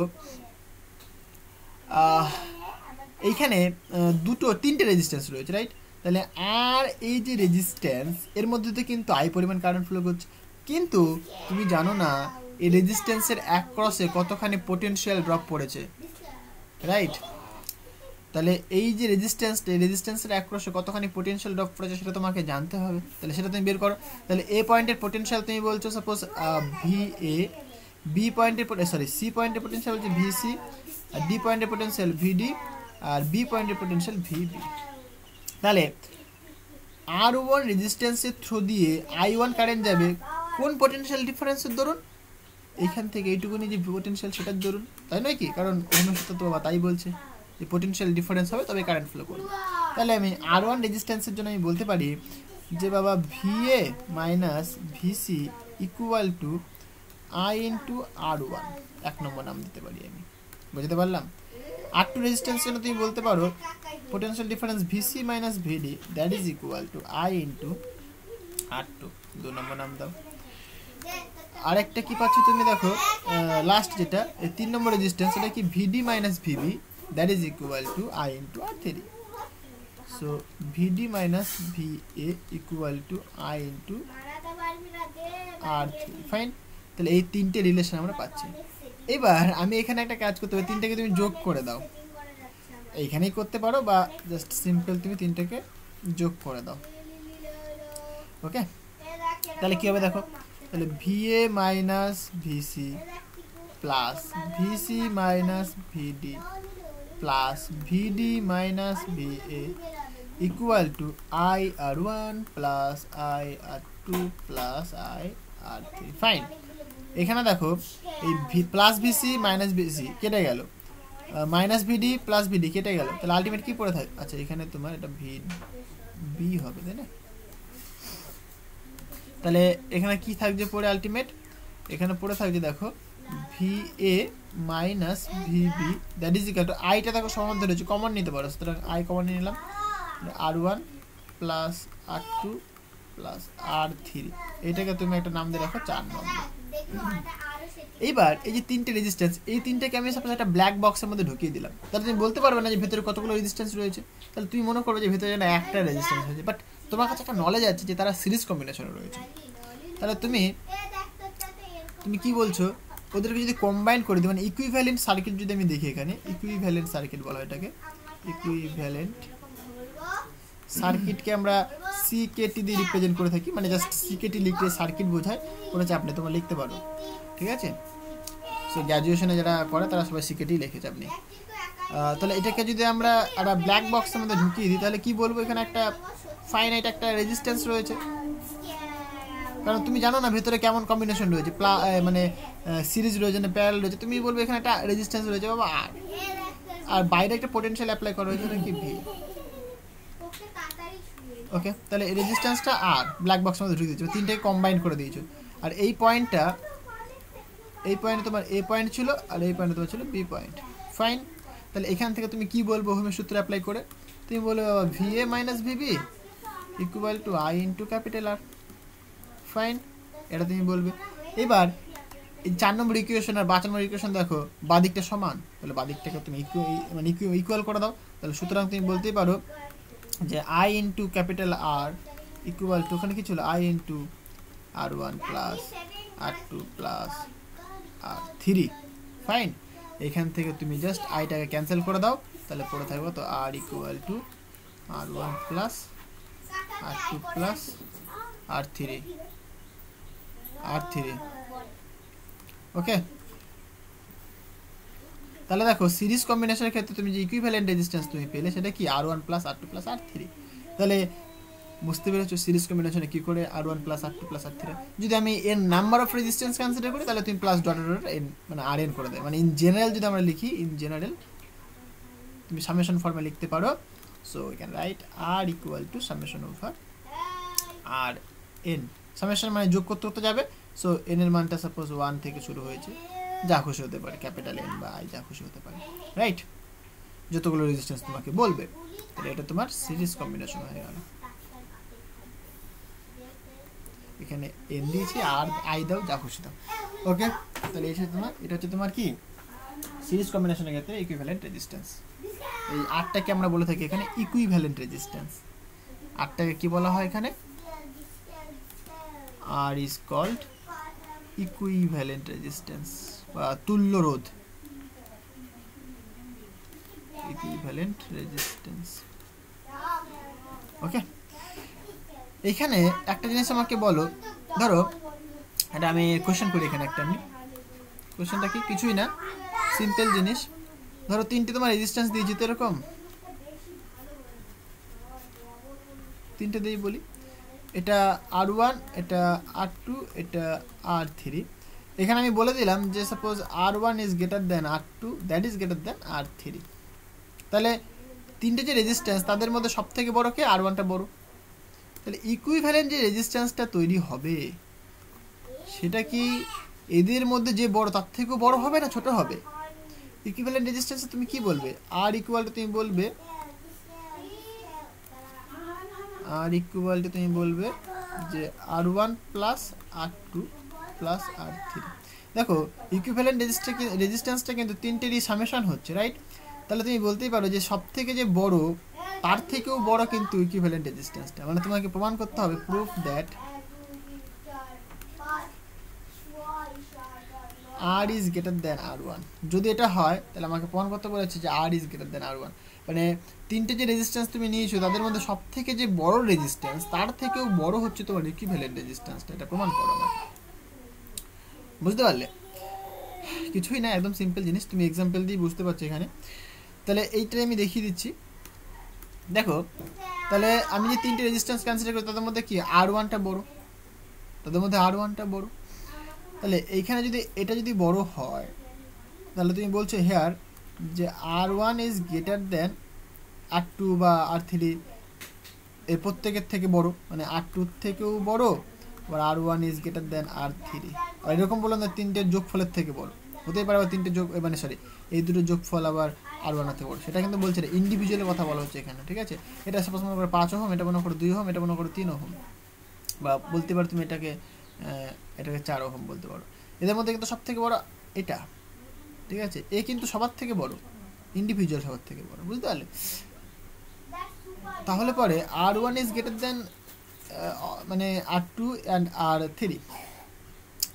তাহলে দেখো তুমি যখন যোগ করছো এখানে R1 plus R2 plus R3, তাহলে তুমি কি বলবে?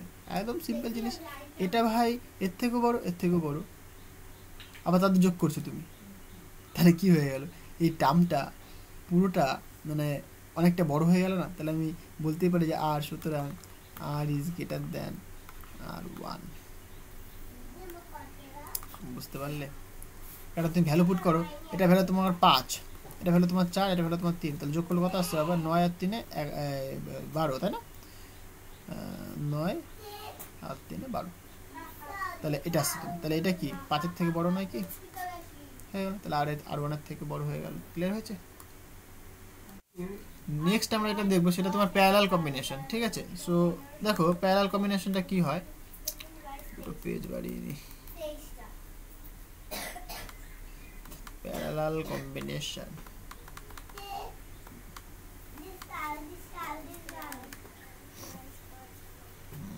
প্যারালাল কম্বিনেশন 2 নম্বর,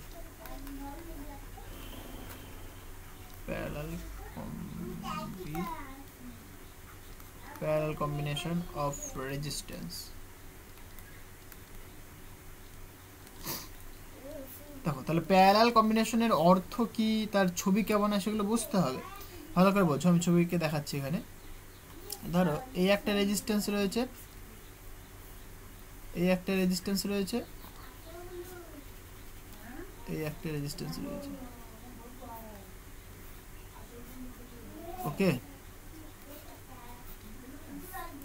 এইখানে আমি একটা ব্যাটারি কানেক্ট করে দিলাম, এটা পজিটিভ, এটা নেগেটিভ, ভি ভোল্টেজ।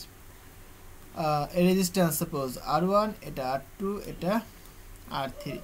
আচ্ছা, এবার বলছে প্যারালাল কম্বিনেশন। তাহলে প্যারালাল কম্বিনেশনের ছবিটা নিশ্চয়ই ক্লিয়ার হয়ে গেছে। সো জিনিসটা বোঝো, প্রত্যেকটা জিনিস। প্যারালাল কম্বিনেশন করতে কী হবে, এখানে যে ব্যাটারি তুমি কানেক্ট করেছো, ধরুন কী হবে, কারেন্ট ফ্লো করবে, এদিক দিয়ে কারেন্ট আই পরিমাণ যাবে। দেখো এদিক দিয়ে যদি আই পরিমাণ কারেন্ট ফ্লো করে, নিশ্চয়ই এদিক দিয়ে আই পরিমাণ কারেন্ট ঢুকবে। তাহলে এইখানে যখন কারেন্টটা আসবে, দেখো তিনটে শাখা পাচ্ছে, তিনটে শাখা পাওয়ার দরুন এই দিকে একটা কারেন্ট ভাগ হয়ে গেল I1, এদিকে একটা আসলো I2, এদিকে একটা আসলো I3। তাহলে এই তিনটে কারেন্ট কিন্তু ভাগ হয়ে গেল। তাহলে আই কারেন্টটা তিনটে কারেন্টে ভাগ হয়ে গেল। তাহলে আমি বলতেই পারি এখানে যে আইটা I1, I2 আর I3 কম্বিনেশন, মানে সামেশনটাই তোমার আই দেবে, তাই তো? তাহলে আইটা কি তিনটে ভাগে ভাগ হয়, তাহলে তিনটে যোগ করলে পরে তুমি আই পেয়ে যাবে। সো এই তিনটে কারেন্ট কিন্তু দেখো, তাহলে R1 রেজিস্ট্যান্সের মধ্য দিয়ে, R2 রেজিস্ট্যান্সের মধ্য দিয়ে, আর R3-র মধ্য দিয়ে কিন্তু সেম কারেন্ট ফ্লো করছে না, ডিফারেন্ট কারেন্ট ফ্লো করছে, তাই না? তাহলে প্রত্যেকটা রেজিস্ট্যান্সের থ্রু দিয়ে কিন্তু এখানে ডিফারেন্ট কারেন্ট ফ্লো করবে। সো জাস্ট এখানে আমি একটা লাইন লিখি, different current flows through the resistance, ঠিক আছে? মানে রেজিস্ট্যান্সের মধ্যে দিয়ে ডিফারেন্ট কারেন্ট ফ্লো করবে। এটুকুনি ক্লিয়ার হয়ে গেছে নিশ্চয়ই? সেকেন্ড পয়েন্ট দেখো, দেখো এখানে যে পোটেনশিয়াল ডিফারেন্স তুমি দিয়েছো, এই পয়েন্টটা বা এই পয়েন্টটা তুমি এটাকে তুমি এ বলতে পারো, আর এটাকে তুমি সাপোজ বি বলতে পারো, এই পয়েন্ট বা এই পয়েন্ট একই জিনিস। সো এখানে পজিটিভ পোটেনশিয়াল পড়ছে আর এদিকে বি পয়েন্টে নেগেটিভ পোটেনশিয়াল পড়ছে। তো প্রত্যেকটা রেজিস্ট্যান্সেরই কিন্তু মানে পোটেনশিয়াল ডিফারেন্সটা সেম। কারণ আর ওয়ানের ক্ষেত্রে কতখানি পোটেনশিয়ালটা পড়ছে ভিএ, এটা যদি পোটেনশিয়াল সাপোজ ভিএ হয়, এটা যদি ভিবি হয় তুমি বলবে ভিএ মাইনাস ভিবি। আর টুর ক্ষেত্রে potential difference VA minus VB, R থ্রির ক্ষেত্রে ভিএ মাইনাস ভিবি। তার মানে দেখো সেম, তাহলে সবার মধ্যে পোটেনশিয়াল ডিফারেন্সটা কিন্তু সেম হতে হবে। পোটেনশিয়াল ডিফারেন্সটা will be same. Okay, same হতে হবে। তাহলে এই দুটো কন্ডিশন যদি ফলো করো তখন সেটাকে বলবো আমরা প্যারালাল কম্বিনেশন। দেখো আরেকভাবে আমরা বলতে পারি যে প্রত্যেকটা রেজিস্ট্যান্সের এন্ড পয়েন্টগুলো যদি কানেক্ট হয়ে যায় মানে প্রত্যেকের সাথে যদি কানেক্ট হয়ে যায় তখন সেটাকে বলবো আমরা প্যারালাল কম্বিনেশন। কারণ একটা রেজিস্ট্যান্স তুমি নিয়েছো, একটা রেজিস্ট্যান্স নিয়েছো, একটা রেজিস্ট্যান্স নিয়েছো, এই রেজিস্ট্যান্সের এন্ড পয়েন্ট দেখো একটা এটা, এর এন্ড পয়েন্ট এটা, এর এন্ড পয়েন্ট এটা, এরা পরস্পর দেখো কানেক্টেড, তাই না? তাহলে সেটাকে বলা হয়ে থাকে প্যারালাল কম্বিনেশন। আর সিরিজের ক্ষেত্রে তুমি দেখো কি ছিল, একটা এন্ড পয়েন্ট একটা স্টার্টিং পয়েন্ট, একটা এন্ড পয়েন্ট একটা স্টার্টিং পয়েন্ট। তুমি যদি এই রেজিস্ট্যান্সটার কথা বলো, এটা স্টার্টিং পয়েন্ট, সরি এটা এন্ড পয়েন্ট, এটা আর সেকেন্ড রেজিস্ট্যান্স দেখো এটা স্টার্টিং পয়েন্ট। তাহলে এন্ড পয়েন্ট আর স্টার্টিং পয়েন্টের যদি যোগফল হয়, মানে এন্ড আর স্টার্টিংয়ের যোগ যদি হয় তখন সেটাকে বলা হয়ে থাকে সিরিজ কম্বিনেশন, মানে সেইটা সিরিজ কম্বিনেশন হয়ে থাকে। আর প্যারালাল কম্বিনেশন দেখো শুধুমাত্র এন্ডের কানেকশন হচ্ছে, এন্ড কানেক্টেড যদি হয় তখন সেটাকে বলা হয়ে থাকে প্যারালাল কম্বিনেশন। বুঝতে পারলে?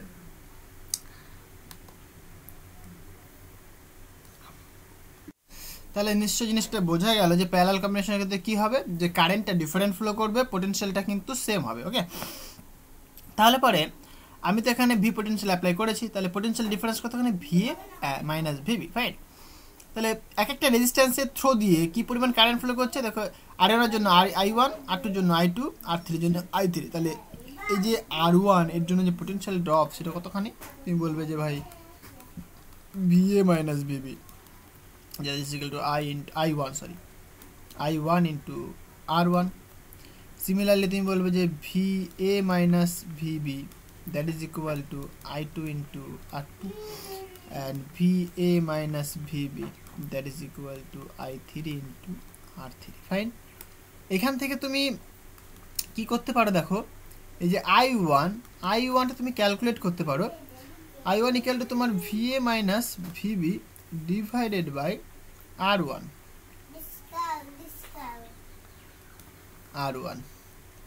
ঠিক আছে। এখান থেকে তুমি I2 equal তুমি বলতে পারো VA minus VB that is divided by R2, আর এটা তুমি বলতে পারো যে I3 equal to VA minus VB divided by R3, fine. আমি এটা কেন করলাম, কারণ আমরা এখানে জানি যে এই যে I কারেন্টটা যাচ্ছে সেটা কি তিনটে কারেন্টের যোগফল, তাই জন্য আমি এটা করলাম। তাহলে আমরা বলতে পারি নাও I equal to I1 plus I2 plus I3, fine. So I equal তুমি এটাকে লিখতে পারো তুমি যে এটা মানে কত VA minus VB divided by R1 plus VA minus VB divided by R2 আর VA minus VB divided by R3, fine. এখান থেকে তুমি VA minus VB বা সিম্পল তুমি V বলতে পারো। সো এটা কমন নিয়ে নাও তুমি, এটা যদি কমন হয় তাহলে কি পড়ে থাকবে বাবা 1 by R1 by 1 by R2 plus 1 by R3, fine. তো এটা তুমি পাচ্ছ, এটাকে তুমি সাপোজ 1 নম্বর নাম দাও, বিকজ আগে নাম দিইনি বোধহয়, দিইনি। এবার আমি যদি তিনটাকে যদি একটা ব্ল্যাক বক্সের মধ্যে ঢুকিয়ে দিই, মানে ইকুইভ্যালেন্ট সার্কিট যদি আমি ড্র করি, সো ইকুইভ্যালেন্ট সার্কিটটা কেমন হবে দেখো, ইকুইভ্যালেন্ট সার্কিট CKT জাস্ট এরকম তুমি বলবে যে একটা রেজিস্ট্যান্স রয়েছে, কারণ ব্ল্যাক বক্সের মধ্যে তুমি ঢুকিয়ে দিয়েছো এটা, এই রেজিস্ট্যান্স তুমি R ধরছো, পোটেনশিয়াল ডিফারেন্স এটা A পয়েন্ট, এটা তোমার B point. So potential difference তুমি বলবে যে VA মাইনাস VB, তাহলে I পরিমাণ কারেন্ট ফ্লো করছে, সুতরাং I ইন্টু R, ফাইন। তাহলে I কেটে তুমি কি বলতে পারো যে VA minus VB divided by R, এটাকে তুমি 2 নম্বর নাম দাও। তাহলে 1 নম্বর আর 2 নম্বর ইকুয়েশন দেখো সেম জিনিস, মানে বাদিকটা সেম। তাহলে তুমি সুতরাং বলতেই পারো যে বাদিক যদি সেম হয় তাহলে VA minus VB divided by R that is equal to VA minus VB, আর এখানে যা পড়ে থাকবে এটাই R2 প্লাস R3। ঠিক আছে, দেখছি দাঁড়াও। তাহলে এখানে দেখো তোমার এটা ক্যান্সেল হয়ে যাবে, তাহলে এখানে পড়ে থাকবে কি 1/R equal to 1/R1 plus 1/R2 plus 1 divided by R3। তাহলে প্যারালাল কম্বিনেশনের জন্য কেমন পাচ্ছ তুমি দেখো, 1/R equal to 1/R1 plus 1/R2 plus 1/R3 এরকম ফর্ম পাচ্ছ। মানে আমি যদি ইন জেনারেল লিখি তাহলে কি লিখবে, সুতরাং ইকুইভ্যালেন্ট রেজিস্ট্যান্স যেটা আসছে সেটা কি summation over 1/RI equal to কি 1 থেকে সাপোজ m পর্যন্ত, এইটা বুঝতে পারলে জেনারেল ফর্ম। এটা মানে n নাম্বার অফ রেজিস্ট্যান্স হলে তুমি এরকম ভাবে লিখতে পারো। এবার আশা করি জিনিসটা ক্লিয়ার হয়েছে। তোমার দুটো রেজিস্ট্যান্স বলে তুমি এরকম ভাবে জিনিসটা বলতে পারো। একটা এক্সাম্পল দিয়ে দেখাই আমি। যদি তোমাকে দুটো রেজিস্ট্যান্স বলে, আমরা অনেক সময় এই ফর্মটা ডিরেক্ট ইউজ করি, নেট মানে নিট জয়েন্ট তাদের জন্য খুবই সুবিধা হয় এটা। সেটা কি ইকুইভ্যালেন্ট রেজিস্ট্যান্স তুমি কি লিখবে, সরি প্যারালাল কম্বিনেশন হবে এটা, parallel combination, sorry parallel combination এটা R2। তাহলে তুমি ইকুইভ্যালেন্ট রেজিস্ট্যান্স বলবে 1/R equal to 1/R1 plus 1/R2। এটা যদি তুমি ভাঙো তাহলে তুমি বলবে R1 ইন্টু R2, এখানে R2 প্লাস R1, ফাইন। তাহলে এটাকে তুমি যদি উল্টে দাও তাহলে কি R ইকুয়াল তুমি বলবে যে R1 R2 divided by R1 plus R2, right? এটা তুমি বলবে। অনেকে এটা মনে রাখে গুণফল বা যোগফল এরকমভাবে মনে রাখে, দুটো রেজিস্ট্যান্স হলে পরে ডিরেক্ট আমরা এটা ইউজ করি। হ্যাঁ, এখান থেকে তুমি করতে পারো, অসুবিধা কিছু নেই। হ্যাঁ, এটা করলে একটুখানি সহজ হয়ে গেল। সহজ বলতে কি একটুখানি মানে এই স্টেপটা তোমার করতে হলো না, তাই না? সো গুণফল বাই যোগফল। হ্যাঁ, আচ্ছা, এইখানেও যে কোশ্চেনটা আমি করবো সেটা কি দেখো, প্যারালাল কম্বিনেশনের ক্ষেত্রে আমি যদি তিনটে দিয়ে দেখাই এরকম, এই একটা রেজিস্ট্যান্স, এই একটা রেজিস্ট্যান্স, রাইট? এটা R1 R2 R3। সাপোজ আমি বললাম যে R1 is greater then R2 that is greater then R3, তাহলে ইকুইভ্যালেন্ট রেজিস্ট্যান্সটা কি হবে? এখানে যেটা দেখা যায় ইকুইভ্যালেন্ট রেজিস্ট্যান্সটা প্রুফ করতে হবে। এটা তোমাকে প্রুফ দ্যাট, দেখাও যে R equivalent resistance R that is greater than, সব থেকে যে ছোট তার থেকেও ছোট হয়। এটা সব থেকে ছোটো কে বলো তো, এখানে R3 সব থেকে ছোটো। সো এর থেকেও দেখা যাবে যে ইকুইভ্যালেন্ট রেজিস্ট্যান্সটা ছোটো হবে। তুমি এটা এক্সাম্পল নিয়ে বুঝতে পারো, অসুবিধা নেই। সো সেটাকে আমি দেখাই কী করে হয় এটা। সো আমরা কি জানি যে equivalent resistance 1/R equal to 1/R1 plus 1/R2। দুটো দিয়ে যদি বলি তাহলে এরকম বলবো আমি, রাইট? দুটো দিয়ে বলি তাহলে বেশি সুবিধা হবে। সো এখানে আমি বললাম যে R1 is greater then R2, তার মানে কি R2টা কিন্তু R1 এর থেকেও ছোট, R1 এর থেকেও কিন্তু ছোট। তাহলে Rটা কেমন হবে, রাইট? তাহলে এই যে এই যে R2টা তুমি বলছো যে R1 এর থেকেও ছোট, মানে R2টা অনেকটাই ছোট। এটাকে তাহলে যেহেতু 1/, ছোট তাহলে এটা বড় হয়ে যাবে, আর 1/, বড় মানে এটা তোমার তাহলে ছোট হয়ে যাবে। তাহলে তুমি এরকম বলতে পারো হেয়ার যে 1/R2, মানে এখান থেকে তুমি বলো না, তুমি R2 is less than R1, তো এটাকে তুমি রিভার্স করে দাও, তাহলে কি এটাকে এদিকে নিয়ে এটাকে এদিকে চলে আসে, তাহলে কি 1/R2 is greater then 1/R1 হয়ে গেল।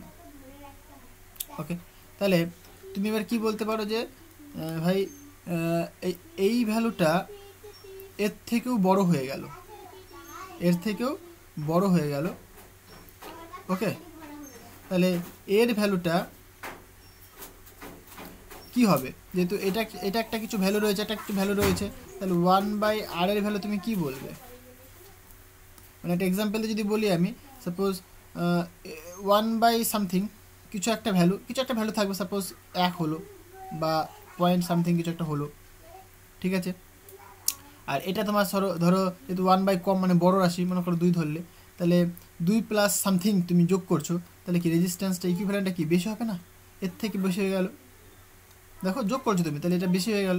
এখানে যাই থাকুক না কেন বাদিকটা 1/R রয়েছে, তাহলে তুমি বলবে hair 1/r is greater then 1/r2, তাই না? তাহলে এটা যদি তুমি বলো তাহলে তুমি কী বলতে পারো এখান থেকে, যে এদিক ওদিক যদি গুণ করো তাহলে r2 গ্রেটার দেন, দেখে এটার দিকে আসবে, তাহলে আর তার মানে কী দেখতে পাচ্ছ এখানে, r is less than r2, বুঝতে পারলে? তাহলে সব থেকে যে ছোট রেজিস্ট্যান্স তার থেকেও ছোট হয়ে থাকে ইকুইভ্যালেন্ট রেজিস্ট্যান্সটা প্যারালাল কম্বিনেশনের ক্ষেত্রে। এগুলো খুবই কাজে লাগে আমাদের। এই জিনিসটা কি বুঝতে পেরেছো? এক্সাম্পল দেবো যে কিছুই না, দেখো r2-র ভ্যালুটা কি r1-এর থেকে বড়, এটা আমরা জানি। সরি, r2-র ভ্যালুটা r1-এর থেকে না, r1-এর ভ্যালুটা r2-র থেকে বড়, মানে r2টা তোমার r1-এর থেকে ছোট, ঠিক আছে? তাহলে 1/, কিছু ছোট তোমার সেটা বড় হয়ে গেল, যেরকম এটা দেখালাম এখানে 1/, ছোট মানে কি, সেটা বড় হয়ে গেল, 1/r1-এর থেকে বড় হয়ে গেল। এবার এরাতে কিছু একটা ভ্যালু রয়েছে, এরাটা কিছু ভ্যালু রয়েছে, তাহলে তুমি যোগ করলে পরে কি সেটা একটা বেশি ভ্যালু পাবে তুমি, মানে 1/r2 থেকে বড় ভ্যালু পাবে তুমি।